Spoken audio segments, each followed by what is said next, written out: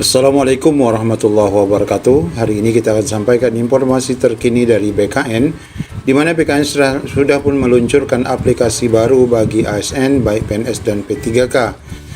Program apa lagi ini Bapak Ibu? Silakan simak video ini sampai selesai. Ya, sebelum kita baca secara detail informasi yang disampaikan di laman JPNN, sebaiknya kita dengarkan dulu paparan yang berkaitan dengan hal ini yang disampaikan langsung oleh Prof. Zudan. Kita hari ini sudah meluncurkan satu program yang luar biasa. Ini perlu kita dukung bersama agar setelah peluncuran ini ibaratnya kita gerak bareng, berjalan satu frekuensi, karena ASN kita saat ini sudah cukup besar. Kalau kita bisa menyentuh 6,7 juta, terutama pada ASN kunci, ini akan berdampak besar. Karena pengalaman kita semua, ASN kita ini perlu betul integritasnya dijaga, karena mengeksekusi 4 hal besar. Pertama, semua APBN dan APBD yang mengeksekusi 6,7 juta ASN ini sampai ke level detailnya. Layanan publik sebagian besar faktor-faktor kuncinya ada pada ASN. Kemudian membentuk regulasi, menyiapkan peraturan perundang-undangan, itu para ASN. Pengadaan barang dan jasa, para ASN di bawah Ibu Bapak, para sekjen, para sekda, terutama yang terkait dengan 3 hal: penyiapan orang, penyiapan barang, dan pengelolaan uang. Nah, jelas Bapak Ibu, itu tadi paparan yang disampaikan oleh Prof. Zudan berkaitan dengan aplikasi yang bakal dijalani oleh seluruh PNS dan P3K. Nah, di sini sebutkan aplikasi itu adalah Pro Karir ASN ya, untuk seluruh ASN. Seluruh PNS ataupun P3K harus tahu bahwa pemerintah, dalam hal ini BKN, telah menyiapkan aplikasi yang mendukung program BKN, yaitu Pro Karir ASN. Apalagi nih ya, BKN bersama Komisi Pemberantasan Korupsi, Kementerian Pendaya-gunaan Aparatur Negara, dan LAN meluncurkan Learning ASN berintegritas yang dapat diakses seluruh ASN baik PNS maupun P3K. Ya, meskipun kita ketahui Indonesia susah untuk menghilangkan budaya korupsi, namun pencegahan ataupun upaya untuk pencegahan ini terus dilakukan ya. Hal ini sebagai bentuk komitmen bersama dalam rangka memperkuat budaya anti korupsi melalui pembelajaran digital yang dapat diakses oleh ASN. Jadi bukan hanya mereka para peserta didik, ASN juga digembleng hal ini.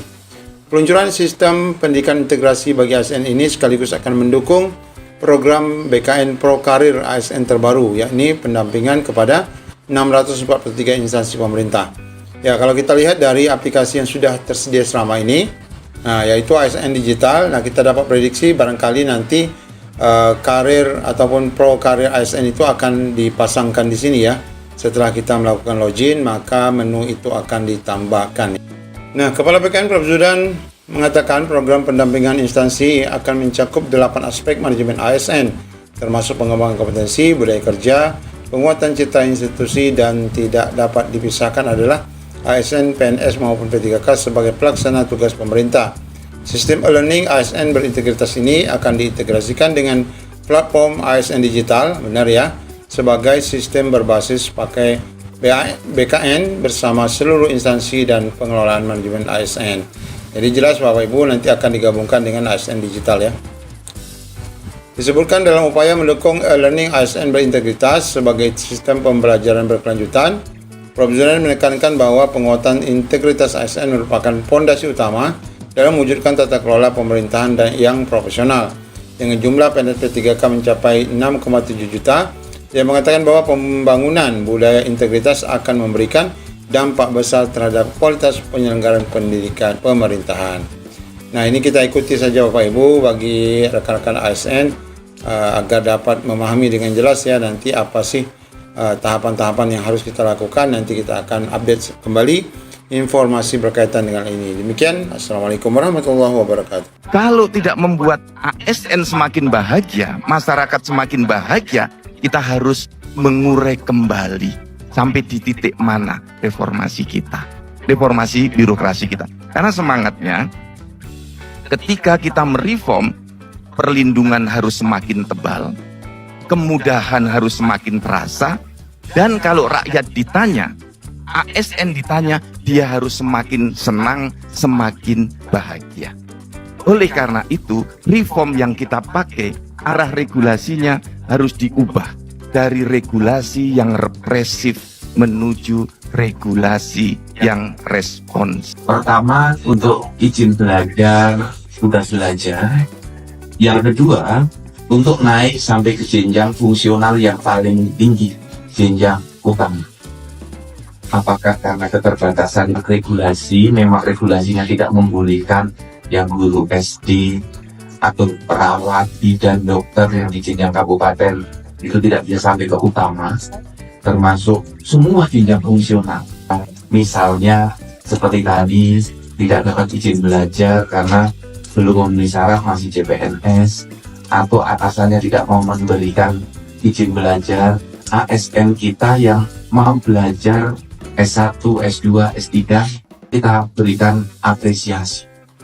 Dalam arti dimudahkan pencantuman gelarnya, kemudian kenaikan pangkat berdasarkan gelar yang dia dapatkan.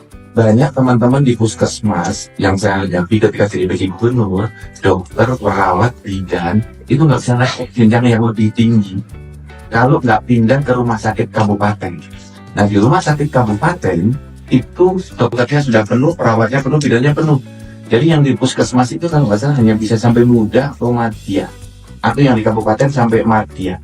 Nah, apakah ini persoalan formasi atau memang aturan yang nanti aturannya harus kita perbaiki sehingga semua jenjang jabatan itu dia sampai ke jenjang yang lebih tinggi.